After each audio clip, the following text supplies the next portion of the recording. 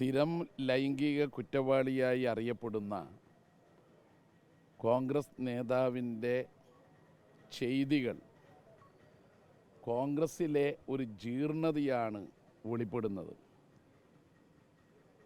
മൂന്നാമത്തെ ഇര പോലീസിന് നൽകിയ പരാതിയിന്മേലാണ് ഇപ്പോഴുള്ള കേസുണ്ടായതും പോലീസ് കോടതിയിൽ ഹാജരാക്കി റിമാൻഡ് ചെയ്യുകയും ചെയ്തത്. രാഹുലിൻ്റെ പേരിൽ നടപടിയെടുത്തു എന്നൊക്കെ കോൺഗ്രസ് പറയുന്നുണ്ടെങ്കിലും ആ നടപടി സാങ്കേതികം മാത്രമായിരുന്നു. നടപടിക്കാലത്ത് അദ്ദേഹത്തിന്മേൽ നടപടിയെടുത്തതായ ഒരു കാര്യവും ഉണ്ടായില്ല. മാത്രമല്ല, അദ്ദേഹത്തിന് കോൺഗ്രസിൻ്റെ വിവിധ പരിപാടികളിൽ പങ്കെടുക്കാൻ അവസരം ലഭിച്ചു. UDFിലും വിവിധ സ്റ്റേജുകളിൽ അദ്ദേഹം ഉണ്ടായി. ഏറ്റവും ഒടുവിൽ പാലക്കാട് അദ്ദേഹം പോയപ്പോൾ ബൊക്ക നൽകി സ്വീകരിച്ചാനയിക്കുകയാണ് ചെയ്തത്. യഥാർത്ഥത്തിൽ 2022 കോൺഗ്രസ് നേതൃത്വത്തിന് ഇദ്ദേഹത്തെക്കുറിച്ചുള്ള പരാതി ലൈംഗിക പീഡനം നടത്തുകയും പെൺകുട്ടികളെ വശീകരിച്ച് ബലാത്സംഗം ചെയ്യുകയും ഗർഭഛിദ്രം നടത്തുകയും ചെയ്തു എന്നുള്ള പരാതി ലഭിച്ചിട്ടും എന്തിനാണ് ഈ കഴിഞ്ഞ 2-3 വർഷക്കാലം അദ്ദേഹത്തെ സംരക്ഷിച്ചത്? ഈ ചോദ്യത്തിന് യുക്തിഭദ്രമായ മറുപടി കോൺഗ്രസ്സിന് പറയാൻ കഴിഞ്ഞിട്ടില്ല. മാത്രമല്ല, മൂന്നാമത്തെ ഇരയെ അദ്ദേഹം ഫ്ലാറ്റിലേക്ക് ക്ഷണിച്ചപ്പോൾ വടകരയിലുള്ള ഒരു ഫ്ലാറ്റിൻ്റെ കാര്യവും വെളിപ്പെട്ടിട്ടുണ്ട്. അതാരുടേതാണ്? അത് ഈ നാടിന് തിരിച്ചറിയാൻ കഴിയേണ്ടതുണ്ട്. നേരത്തെ പാലക്കാടായിരുന്നു കേന്ദ്രം. അതിനു പുറമെ വിവിധ സ്ഥലങ്ങളിലും പെൺകുട്ടികളെ വലവീശി പിടിച്ച് കൊണ്ടുപോകുന്ന നിലയുണ്ടായിരുന്നു. ഇങ്ങനെ എല്ലാ നിലയിലും സാധാരണ കേരളീയ സമൂഹത്തിൽ ഒരു രാഷ്ട്രീയ പാർട്ടിയുടെ നേതാക്കളിൽ നിന്നും ഒരു MLAയിൽ നിന്നും ഒരു ജനപ്രതിയിൽ നിന്നും ഉണ്ടാവാത്ത വിധമുള്ള സ്ഥിരം ലൈംഗിക കുറ്റവാളിയുടേതാണ് രാഹുലിൻ്റേത് എന്നാണ് മൂന്നാമത്തെ ഇരയുടെ പീഡനക്കഥകൾ വ്യക്തമാക്കപ്പെടുന്നത്. ഇനിയും ചിലത് വരാനുണ്ട് എന്നത്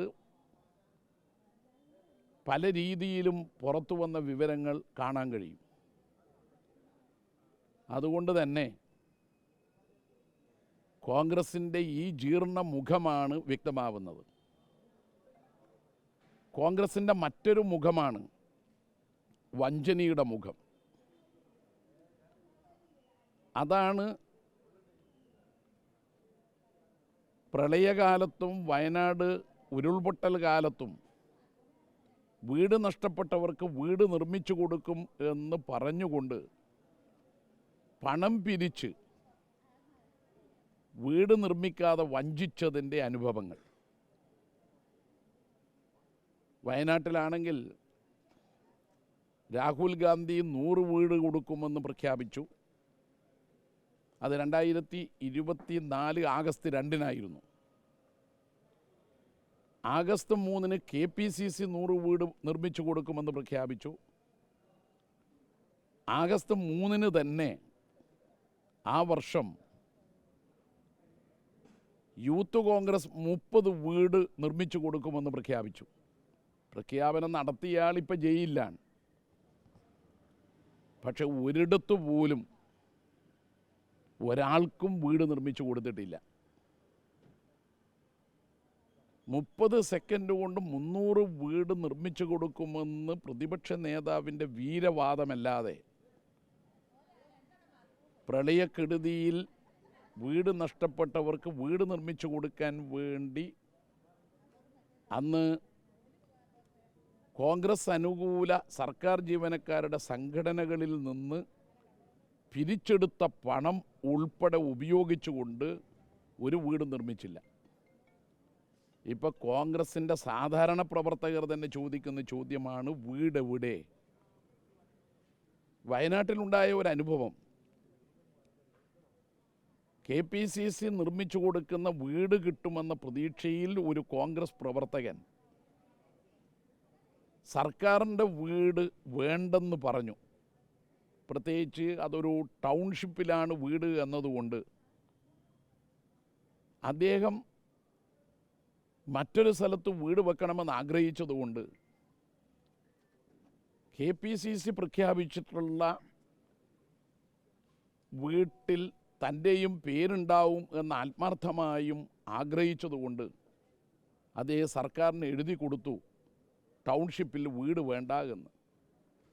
അങ്ങനെ പറയുന്നവർക്ക് സർക്കാർ ഒരു നിശ്ചിത തുക വീട് നിർമ്മിക്കുന്നതിന് വേണ്ടി കൊടുക്കുകയും ചെയ്യും എന്ന് അദ്ദേഹത്തിന് അറിയാം. പക്ഷെ അദ്ദേഹം ഇപ്പോൾ കണ്ണീരിലാണ്. അദ്ദേഹം കഴിഞ്ഞ ദിവസം ഒരു കത്ത് എഴുതി കോൺഗ്രസ് നേതൃത്വത്തിന് അയച്ചു.